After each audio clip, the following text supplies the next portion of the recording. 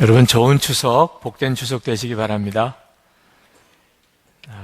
추석 되면 며느리들이 시댁 가서 일을 하면서 꼭 듣고 싶은 말, 준비하느라고 수고했다, 얼른 친정 가라 하는 말 정말 듣고 싶다고 그럽니다. 제일 듣기 싫은 말, 조금 더 있다 가라. 시어머니들 혹시 계시면 며느리 빨리 보내시기를 바랍니다. 어제 뉴스를 들으니까 명절이 지나고 난 다음에 갑자기 이혼이 많이 는다고들 합니다. 우리나라가 얼마 전부터 그런 통계가 나온대요. 실제로 이번 추석도 지나고 나면 아마 이혼하는 사람이 굉장히 많을 거라고 예상을 하더군요. 여러분, 추석 명절이 쉽지 않은 절기라는 뜻입니다. 그러니까 여러분이 명절을 보내시더라도 예수님을 정말 바라보는 명절이 되시기를 바랍니다. 말을 한마디 해도 또 뭘 하나 행동을 해도 예수님을 정말 바라보시면서 주의 마음으로, 주님의 눈으로 주님이 하시고 싶은 그런 말을 하시면서 지내시는 명절을 잘 보내시는 겁니다. 정말 좋은 추석 명절을 보내시기를 바랍니다. 시편 23편 이제 마지막 절입니다. 시편 23편을 강의하기 전에는 제가 시편 23편은 1절이 가장 은혜로운 구절이라고 생각을 했었다고 말씀을 드렸습니다. 그런데 지나고 보니까 그 다음 절이 더 은혜롭고 그 다음 절이 더 은혜로워요. 6절이 제일 은혜로운 말씀이더라고요. 오늘 여러분에게 잠깐 6절에 대해서 말씀을 드리겠는데, 아마 여러분들도 오늘 말씀을 들은 후에 여러분이 가장 좋아하는 성경 구절이 아마 시편 23편 6절이 되시는 분들이 많으시리라고 생각이 듭니다. 이 시편 23편 6절이 이 시편 23편 6절 중에 제일 은혜로운 이유는 우리가 예수님을 믿고 누리는 가장 놀라운 축복을 6절이 그대로 보여주고 있기 때문입니다. 예수님을 믿고 우리가 누리는 가장 기적과 같은 축복이 바로 우리에게 하나님의 존재 의미가 완전히 달라진다는 겁니다. 하나님은 천지를 창조하시는 하나님이시고 또 세상을 심판하시는 하나님이십니다. 누구도 하나님 앞에 섰을 때 두렵지 않을 사람이 없죠. 그런데 예수님을 믿고 나면 완전히 달라집니다. 예수님은 다윗이 고백한 것처럼 정말 내 평생에 그 선하심과 인자하심이 항상 나를 따르리니 라는 고백이 되시는 하나님이 되십니다. 다윗은 하나님을 그렇게 믿었어요. 하나님은 다윗에게 있어서 평생 선하시고 인자하신 하나님이셨습니다. 이것이 기적이에요. 예수를 믿어야만 이루어지는 기적입니다. 예수님이 여러분에게도 항상 선하시고 인자하신 하나님이십니까? 저는 제 의도하고 아무 상관없이 다른 사람들에게 너무 정말 사기에 가까운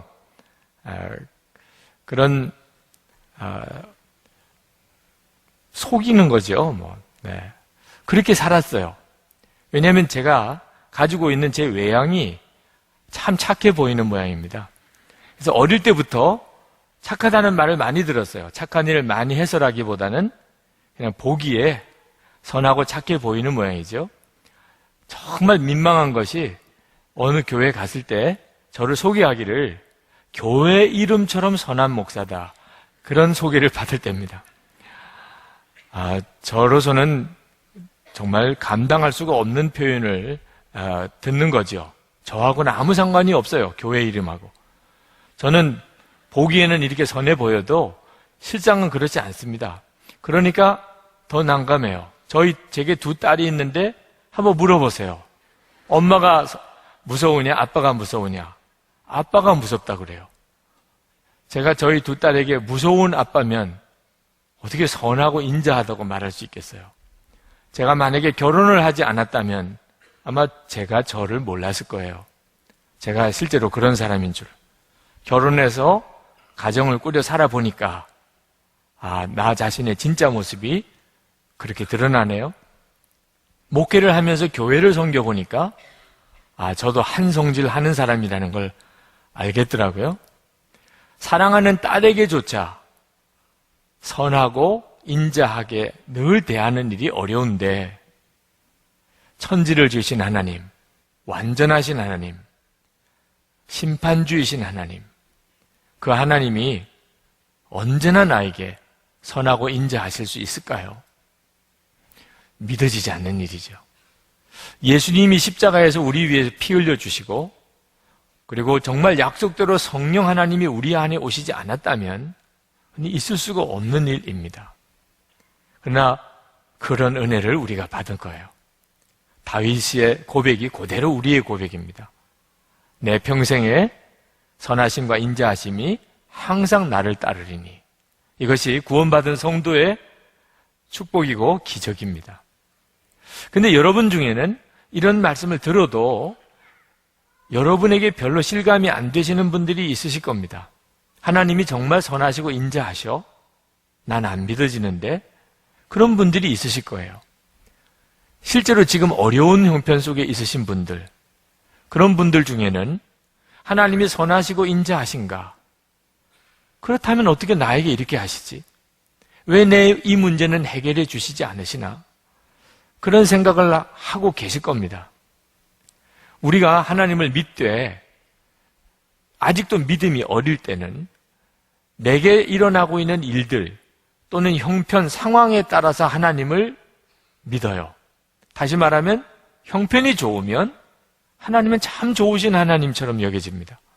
근데 어려운 일이 생기면 하나님에 대해서 섭섭한 마음이 들고 의심이 들고 하나님이 나를 버리셨나 하는 생각이 듭니다. 그러니까 형편에 따라서 하나님이 달리 믿어지는 이런 믿음은 어린아이 믿음이에요.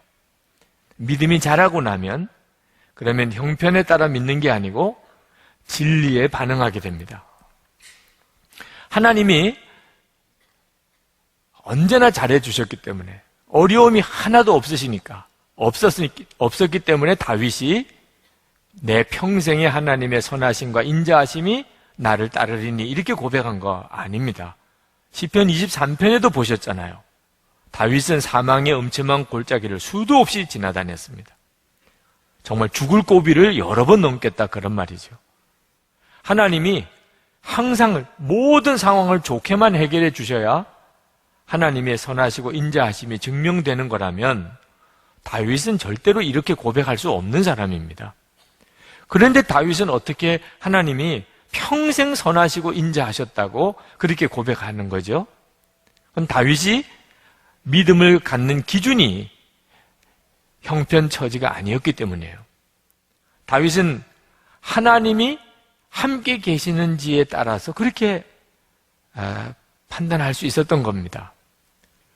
사망이 음침한 골짜기를 다닐지라도 다윗은 해받을 걸 두려워하지 않았어요. 그것은 주께서 나와 함께 하심이라. 그러니까 다윗은 항상 무엇을 보았냐면 하나님이 나와 함께 하시는지를 본 사람입니다. 하나님이 나와 함께 계시는 것이 분명하면 지금 내 처지가 죽을 고비를 넘어가는 것 같아도 두려울 게 없어요. 하나님은 내게 선하시고 인자하신 하나님이시니까. 하나님은 나를 떠나지 않았어요. 그러면 충분해요. 그러면 괜찮아요. 나는 아주 잘 가고 있는 거예요. 하나님이 나와 함께 계시는지가 다윗에게 있어서 가장 큰 관심이었습니다. 여러분, 요셉의 이야기는 너무 유명하니까 잘 아시죠? 요셉이야말로 형편과 처지를 보면 낙심할 만한 사람이었습니다. 형들에게 구덩이에 던져서 죽을 뻔했고 그리고 애굽의 종으로 팔려가고 억울하게 감옥에 들어가고 그 요셉의 생애입니다. 그런데 요셉은 흔들리지 않았습니다. 하나님은 선하시고 인자하신 하나님, 그렇게 믿었어요. 그러니까 그는 종으로 팔려가도 열심히 일했고 감옥에 가서도 성실했어요. 요셉이 그렇게 믿을 수 있었던 것은 하나님이 함께 하시는 것을 알았기 때문입니다. 참 이상한 일이긴 했죠. 하나님이 함께 계시는데도 여전히 종살이 해야 되고 하나님이 함께 하시는데도 여전히 감옥에 갔어요. 그것 점에 대해서는 설명하기가 어렵지만 그냥 믿었어요. 하나님의 무슨 뜻이 있나 보다. 그게 요셉이었어요. 여러분, 창세기 39장 2절 3절 말씀을 제가 읽어드리겠습니다. 여호와께서 요셉과 함께 하심으로 그가 형통한 자가 되어 그의 주인 애굽 사람의 집에 있으니 그의 주인이 여호와께서 그와 함께 하심을 보며 또 여호와께서 그의 범사에 형통하게 하심을 보았더라. 지금 요셉은 보디발의 집에 종으로 가 있는 형편입니다. 그런데 하나님이 함께 하셨다는 거예요. 그걸 요셉도 알았고 보디발 주인도 알았어요. 그러면 충분한 거죠. 그러므로 여러분, 하나님이 정말 내게도 선하시고 인자하신 하나님이신가? 그것은 하나님이 여러분과 함께 하시는 것을 보고 판단해야 합니다.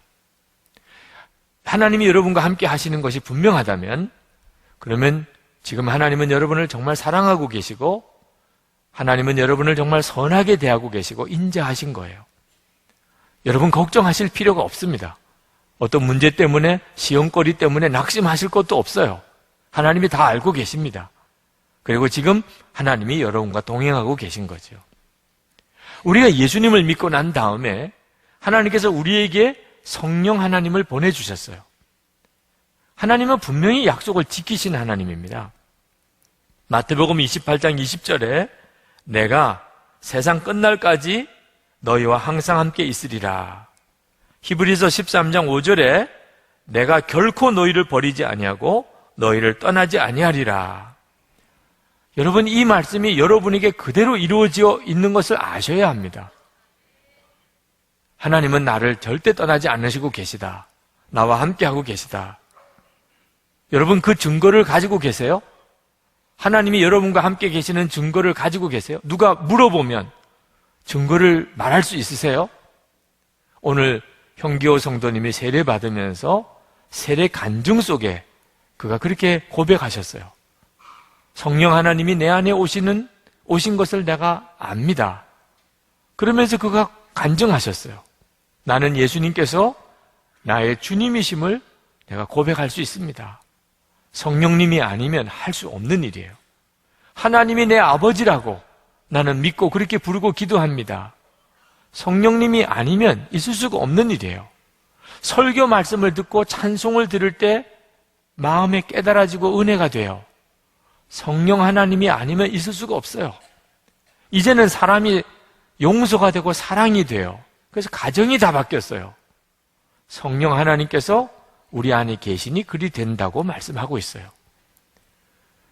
성령 하나님께서 여러분과 함께 계시는 확실한 증거, 하나님은 나를 떠나지 않으시고 언제나 나와 같이 계시고, 그래서 주의 선하심과 인자하심이 평생 나를 따른다고 고백할 수 있는 겁니다. 그러므로 여러분이 여러분과 함께 하시는 주님에 대해서 분명히 아셔야 돼요.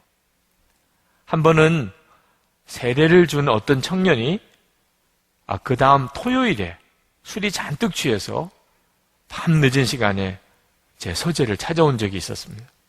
처음에는 화가 났어요. 아니, 지난주에 세례를 받고 토요일 밤늦게 설교 준비하는데 술이 취해가지고 목사를 찾아오는 이런 경우가 어디 있습니까? 근데 그 청년이 술 주정을 하는 거예요. 제가 예수 믿는 건 다 거짓입니다. 제가 세례 받은 것도 다 허사입니다. 신앙을 부인하고 있는 거예요.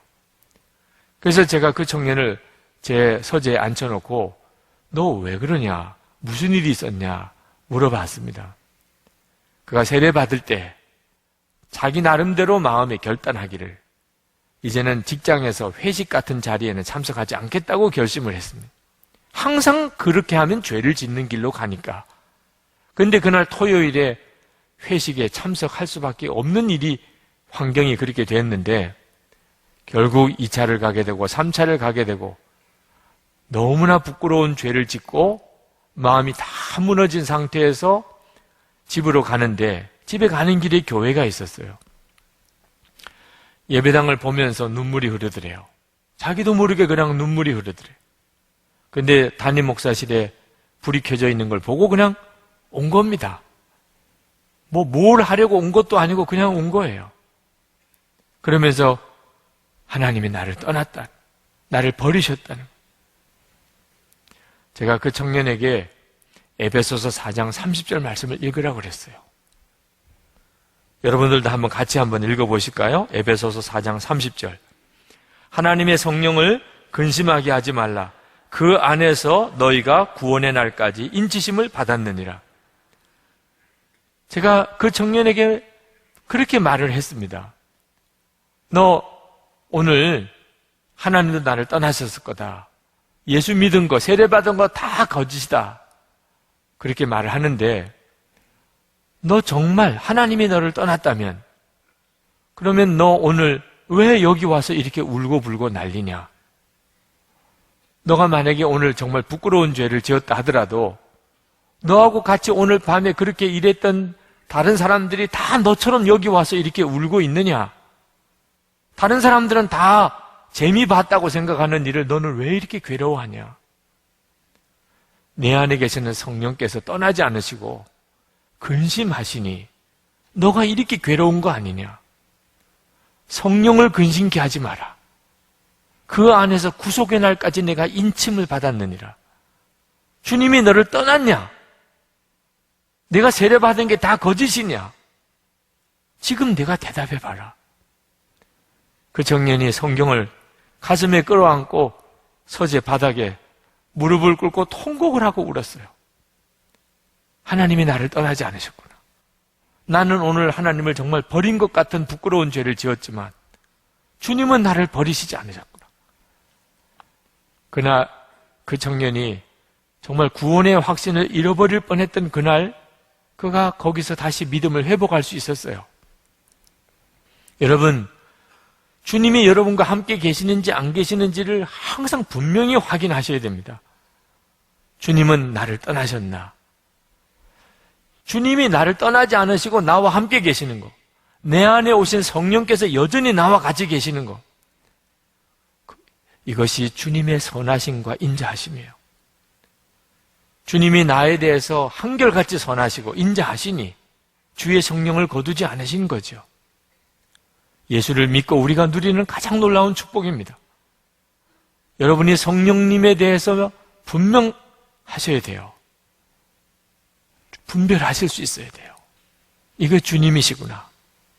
이게 주님의 마음이구나. 예수님 안에서 우리 안에 일어난 기적이죠. 그런데 다윗은 6절에서 더 놀라운 축복을 고백하고 있습니다. 내가 여호와의 집에 영원히 거하리로다. 6절에 보면 앞부분에는 평생이라고 나옵니다. 내 평생에 선하심과 인자하심이 나를 따르니니. 그러나 하반절에는 내가 여호와의 집에 영원히 거하리로다. 이 앞부분은 육신으로 이 세상에 살 때를 이야기합니다. 이 세상에서 내가 육신으로 살 때 평생 주님은 나와 함께 계셨어요. 그런데 그것뿐만 아닙니다. 그것도 놀라운 축복이죠. 주님이 언제나 나와 같이 계셔 주시는 거, 이건 정말 황홀한 기적이죠. 그러나 이제 더 놀라운 기적이 일어납니다. 내가 여호와의 집에서 영원히 거하리로다. 다윗은 그것을 분명히 안 사람이에요. 다윗은 여호와의 집, 영원한 천국이 있다는 사실을 분명히 안 사람입니다. 그리고 자기가 거기서 영원히 살 것을 알았어요. 이 믿음을 가지고 살면, 그러면 세상에 사는 모든 게 다 달리 보이고, 모든 판단이 달라지고, 모든 사람이 달리 보입니다. 사람이 달라요. 인생이 완전히 달라집니다. 영원한 하나님 나라가 있다는 사실을 진짜 믿은 사람과 그렇지 않은 사람은 세상 사는 게 완전히 달라요. 한 번은 다윗에게 큰 어려움이 있었습니다. 다윗의 아들 압살롬이 아버지의 왕위를 빼앗으려고 달려왔어요.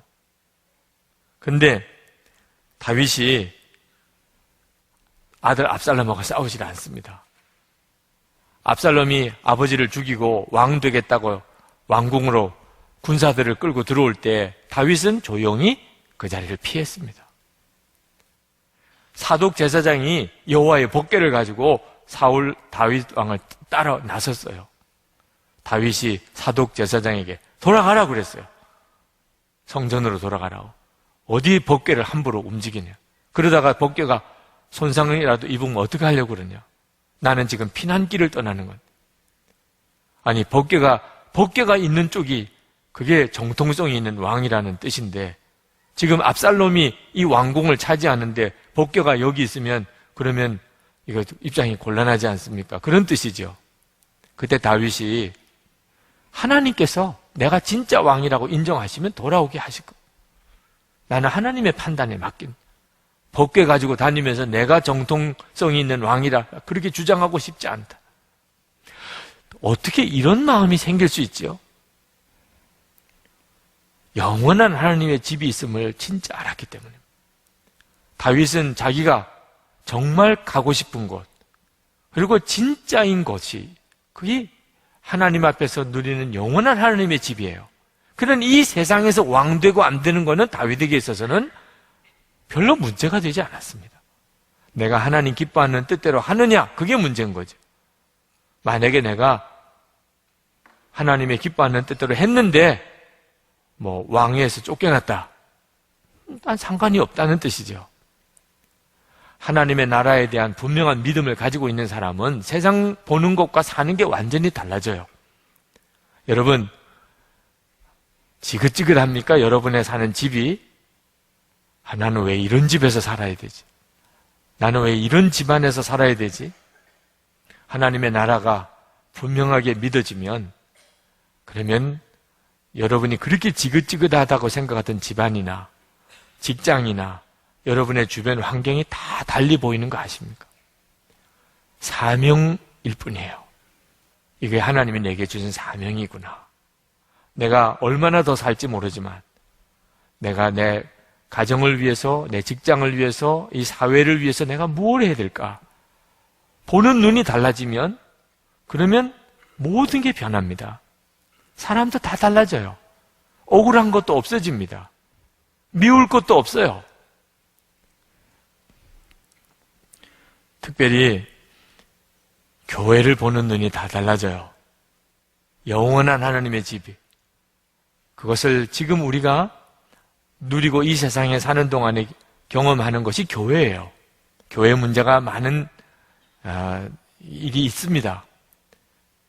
교회 안에서 여러 가지 시험되는 일도 많고 또 그것이 때때로 사회적으로 문제가 될 때도 있어요.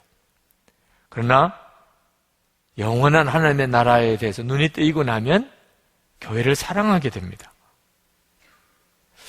지난 8월 말에 아주 작은 일이기도 하지만 제게 있어서는 대단히 큰 일, 저는 우리 모두에게도 그렇다고 믿습니다만 그런 일이 하나 우리 교회에서 일어났습니다. 그것은 그동안에 교회 경비, 청소하는 일을 외부 용역업체에 우리가 그동안 맡겨서 해왔습니다. 그렇게 할 수밖에 없었던 사정이 있었어요.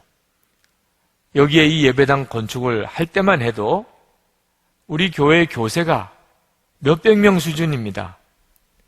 8천여 평이 넘는 건물을 지었어요.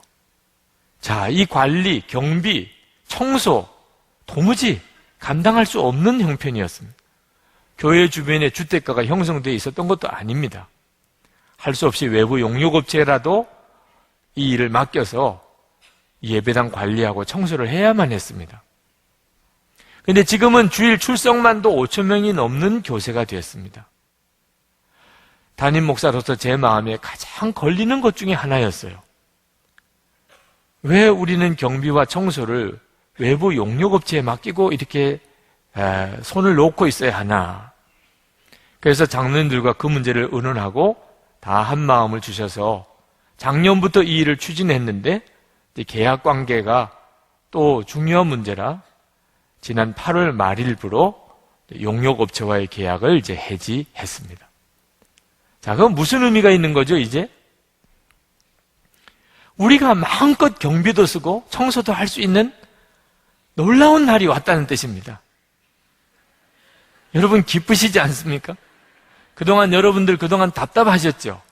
경비도 해보고 싶고 청소도 하고 싶었는데 이게 다 용역업체에 우리가 계약해서 맡겨준 일이라 함부로 우리가 또 일하겠다고 나서면 그분들 일자리 뺏는 것도 같고 그래서 답답하지만 못하셨잖아요. 근데 이제는 마음껏 할 수가 있게 됐다는 거예요. 교회 경비와 또 안내, 교회 청소하는 일이 사실은 여러분 깨닫고 보면 이거는 황홀한 축복입니다. 황홀한 축복이에요. 만약에 시편 기자가 우리 교회에 와서 경비하고 청소를 용역업체에 맡겨 있는 것을 보면은 아마 그분들은 펄쩍펄쩍 뛰었을 거예요. 세상에 어떻게 이런 일이 있을 수 있냐면. 여러분들 중에도 경비와 청소를 이제는 우리 온 교우들이 맡았다는 일이 별로 기쁘지 않은 분들이 있을 거예요. 또 귀찮은 일이 생겼구나. 시편 84편 10절에 보면 주의 궁정에서의 한 날이 다른 곳에서의 첫날보다 나은즉 악인의 장막에 사는 것보다 내 하나님의 성전 문지기로 있는 것이 좋사오니. 경비가 좋은 거예요. 정말 좋은 거예요. 은혜 눈이 열리고 나면 경비하는 건 황홀한 일이에요. 지금 현재 경비 쓰시고 우리 청소하시는 분들은 용역업체 직원들이 아니십니다. 8월 말까지는 신분이 그러셨어요. 그런데 지난 우리 용역 관계를 다 정리하면서 이분들에게는 또 직장이시잖아요. 그래서 기회를 드렸습니다. 선한목자교회 교인이 되시고 선한목자교회 직원이 되시기를 원하십니까? 여러 가지 조건을 비교해 보셨어요. 이분들은 다 선한목자교회 교인과 직원이 되시기를 원하셨던 분. 이분들은 물론 유급으로 일을 하십니다. 저도 그렇지만 우리 목사님 또 장로님 여러분 모두가 다 이제 교회 마음껏 청소하고 경비 보실 수 있는 문이 활짝 열렸습니다. 그동안 답답해 하시면서 못하셨던 분들 마음껏 하실 수 있습니다. 신청하시면 돼요. 그동안 신청하신 분이 적다는 이야기를 들었습니다. 그래서 진행하시던 장로님께서 폭 마음이 낙심이 되어 계시더라고요. 그래서 제가 그랬어요. 이게 얼마나 기쁜 소식인지를 몰라서 그러실 거라. 또 이런 놀라운 일이 벌어졌다는 사실을 아직도 분명하게 듣지 못해서 그랬을 거라.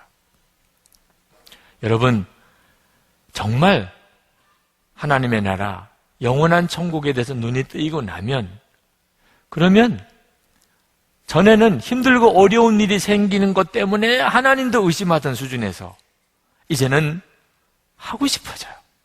주님을 위해서 내가 더 어려운 일도 감당하고 싶어요. 이건 참 놀라운 기적이죠. 다윗은 그 축복을 누리고 있는 겁니다. 다윗은 이미 영원한 하나님의 나라를 누리고 있는 거예요. 그런데 여러분 중에는 왜 내게는 그런 눈이 안 뜨일까? 다윗이 그렇게 기뻐하고 좋아하는 영원히 하나님의 집에서 살 것이라고 하는 이런 느낌이, 그런 기쁨이 왜 내게는 없을까? 그러신 분들은 이유가 있습니다. 여러분에게 영원히 하나님의 집에서 사는 기쁨이, 그 가슴 설레는 기대가 없는 이유는 지금 예수님하고 사는데 문제가 있기 때문이에요.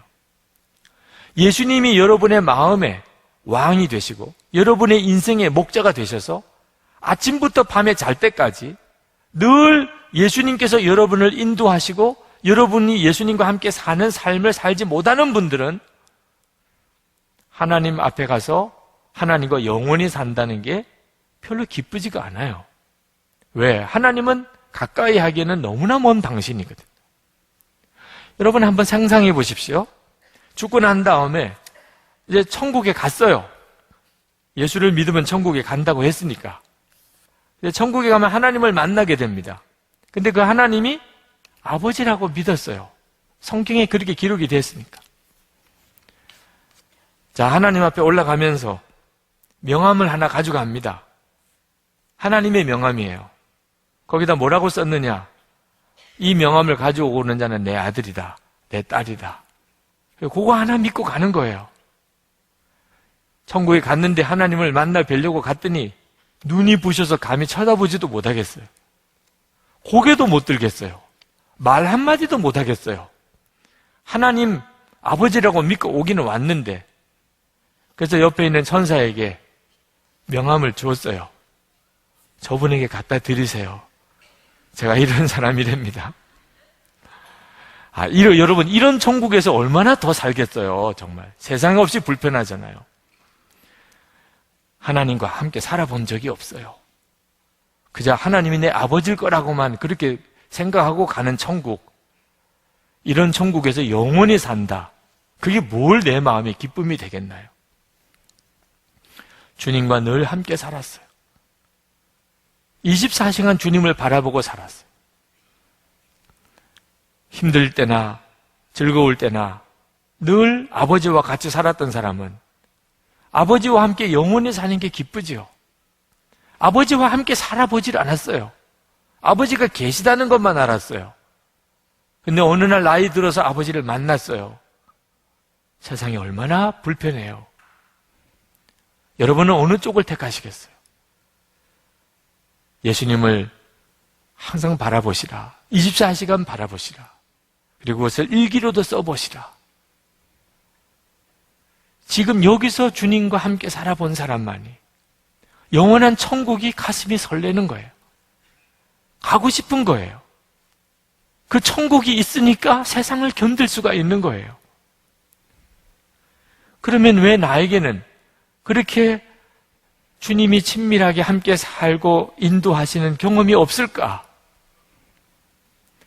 주님이 여러분에게 그런 기회를 안 주시는 게 아니고 못 주시는 거죠. 주님을 진짜 목자로 믿지를 않으니까. 문제만 생기면 주님께서 해결해 주시기를 기다리질 않아요. 어려움만 생기면 주님을 바라보지를 않아요. 자기 방법으로 자기 생각으로 문제를 해결하려고 발버둥을 칩니다. 목자 없는 양이에요. 예수님이 내 목자시라. 양이 그렇게 믿으면 자기가 문제를 해결하려고 쫓아다니지 않습니다. 내가 할 일은 언제나 목자 되시는 주님만 바라보는 거죠. 그러면 주님은 반드시 역사하신다니까. 이번에 감리교 목회자 기도 모임에 갔다가 어느 목사님의 간증을 듣고 은혜를 받았어요. 우리 교우들에게 소개해드리고 싶었어요. 그 목사님과 섬기는 교회가 지금 굉장한 어려운 처지에 빠졌습니다. 그 주변에 다 재개발이 들어갔습니다. 그리고 토지 보상까지 들어갔어요. 목사님과 교회가 이제 다 수용이 되게 됐으니 우리가 빨리 적절한 곳에 땅을 사서 예배당을 옮겨 지읍시다. 그래서 아주 좋은 대지를 마련을 하고 이제 그곳에 건축을 다 설계까지 마쳤습니다. 이제 이 토지 보상을 받으면 은행에서 융자한 것을 다 갚고 건축을 이제 시작할 때가 됐어요. 그런데 지난 주간에 그 모든 재개발 계획이 다 취소가 됐다는 공고가 나왔습니다. 취소가 됐어요. 수용하는 거 다 이제는 없던 일이 됐어요. 이 교회는 큰일 났어요. 거액을 들여서 은행 융자를 받아서 땅을 사놓고 예배당 건축까지 지금 시작을 하고 있는 편에 이거 어떻게 해야 돼요? 빚더미에 올라갔습니다. 이자를 갚는 것도 지금 버겁고 교인들의 마음을 추스리기도 어려워요. 목사님이 마음이 녹았습니다. 이걸 어떻게 수습해야 될지. 아무리 의논해도 답이 없고 걱정만 가득하고 그런 형편의 그 기도 모임에 참석을 하셨습니다. 기도 모임 중에 하나님이 주신 말씀은 예수님을 바라보라.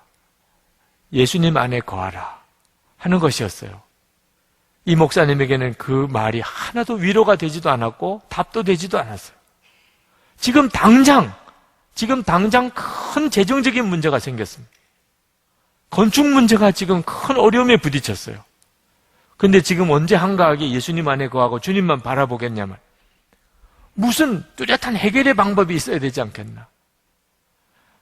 이제 저녁 집회가 끝나고 통성기도 시간에 기도가 안 되더래요.